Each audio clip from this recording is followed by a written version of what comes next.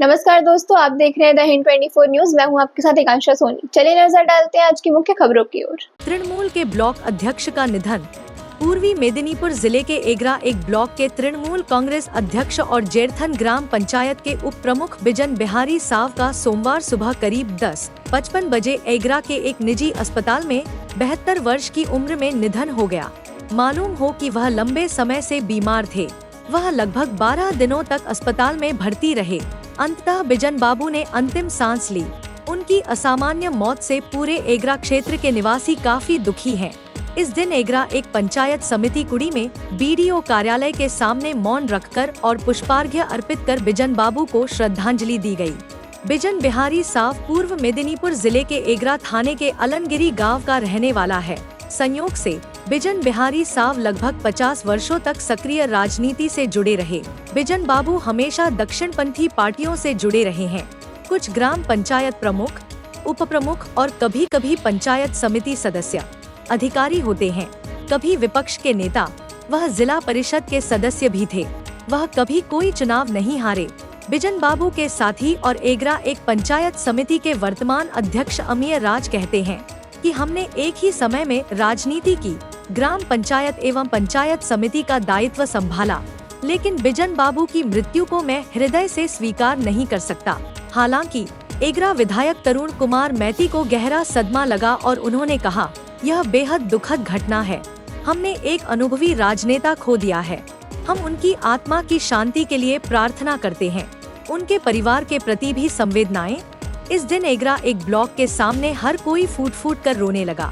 शोक सभा में एगरा एक पंचायत समिति के उपाध्यक्ष सत्या चक्रवर्ती, जिला परिषद सदस्य शांतनु नायक, पार्टी के जिला उपाध्यक्ष सिद्धेश्वर बेरा, जेरथान क्षेत्र के तृणमूल अध्यक्ष शांतनु मैती, युवा नेता विश्वजीत बेरा, सुमन दास, शेख मुक्तजल और अन्य उपस्थित थे। एगरा 1 নম্বর ব্লক তৃণমূল কংগ্রেসের সভাপতি বিজন বিহারী সাউ অত্যন্ত গুরুত্বপূর্ণ একজন রাজনৈতিক ব্যক্তিত্ব ছিলেন। শুধু রাজনীতি নয়, সমাজের বিভিন্ন ক্ষেত্রের সঙ্গে তিনি অত্যন্ত গুরুত্বপূর্ণভাবে যুক্ত ছিলেন। এমনি ব্যক্তিগত জীবনে তিনি আলমগিরি রাধাবিনোদ বিদ্যাপীঠে কাজ করতেন। সেই সময় থেকে তিনি বিভিন্ন সমাজসেবামূলক কাজের সঙ্গে যুক্ত থাকতেন।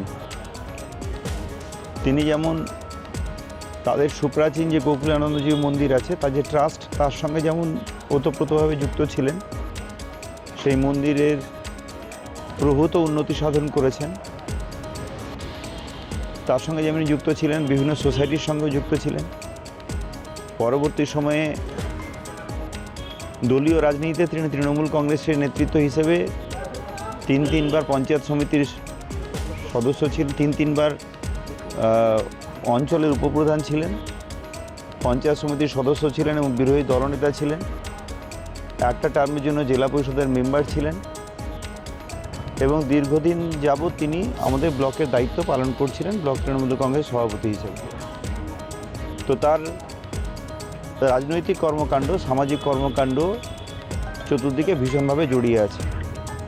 বিশেষ করে সেই দিনগুলোর কথা স্মরণ করতে পারছি যখন বামফ্রন্টের জমানায় তৃণমূল কংগ্রেস সবে তৈরি হচ্ছে এবং ধীরে ধীরে নিজের জায়গা তৈরি করার চেষ্টা করছে।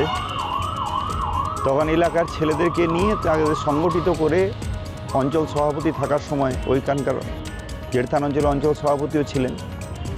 সেই সময় থেকে তৃণমূল কংগ্রেসকে শক্ত ভিতের উপর প্রতিষ্ঠা করার জন্য প্রচণ্ডভাবে পরিশ্রম করেছে এবং কত দৃঢ় সিদ্ধান্ত নিতে পারতেন। এবং সবচেয়ে আমি বিধায়ক হওয়ার আগে যখন নির্বাচনে লড়াই করছি, তখন তার আরেকটা দিকেরও ভীষণ পরিচয় পেয়েছিলাম। বিজেপি যখন তাকে ভীষণভাবে অসুবিধার মধ্যে ফেলার চেষ্টা করছে, কেনার চেষ্টা করছে, তখনও দাঁড়িয়ে তার দৃঢ়চেতা মনের একটা পরিচয় পেয়েছিলাম যে তৃণমূল কংগ্রেস বাদে আর কোনো দল তার জন্য নয় বা সেদিকে তার কোনো দৃষ্টি নেই।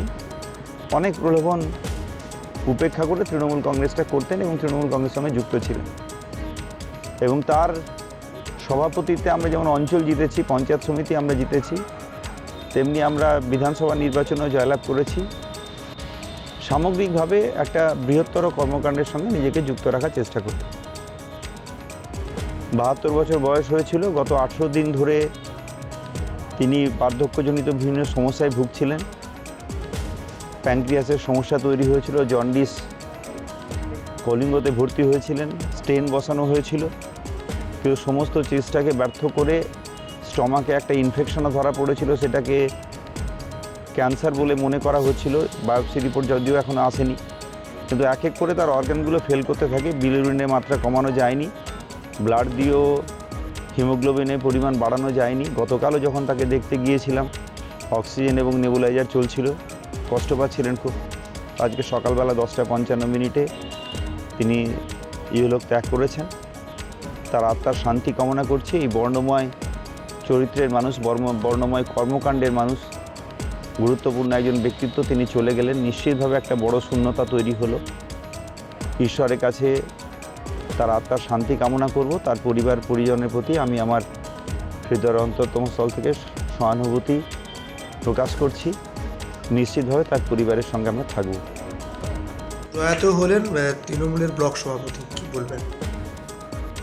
বিজনবাবু প্রয়াত হয়েছিলেন আজকে 10:55 জানতে পারলাম। তিনি কয়েকদিন যাবৎ বিশেষ অসুখে ভুগছিলেন এবং বহু জায়গায় তাকে দেখানোর পরেও আজকে কিন্তু তার শেষ নিঃশ্বাস ত্যাগ হয়েছে। সেই ক্ষেত্রে বিজনবাবুর সঙ্গে আমি দীর্ঘদিন প্রায় প্রথম থেকে ওনার সঙ্গে রাজনীতি করে এসেছি। আজকে তার এই মৃত্যুটাকে খুব মেনে নেওয়া খুবই কঠিনভাবে ভাবছি। তো সেই ব্যাপারে তার সময় চলে এসছে, চলে যাওয়ার সময় হয়েছে। তিনি আমাদের সঙ্গে দীর্ঘদিন রাজনীতি যেমনি করেছেন, বিভিন্ন সামাজিক অনুষ্ঠানেও তিনি ছিলেন এবং সমাজসেবামূলক যেটা গোকুলানন্দ মন্দির আছে তার কিন্তু সেক্রেটারিও ছিলেন এবং খুব দক্ষ সাংগঠনিক লোক ছিলেন। তার মৃত্যু আজকে হওয়ায় আমরা খুব শোকাহত এবং আগামী দিনে তার পরিবার সুস্থ থাকুক, ভালো থাকুক এই কামনা করি। আপনার নাম? উনি সভাপতি জেলা কংগ্রেস। ऐसे ही तमाम खबरों के लिए जुड़े रहिए द हिंद 24 न्यूज के साथ।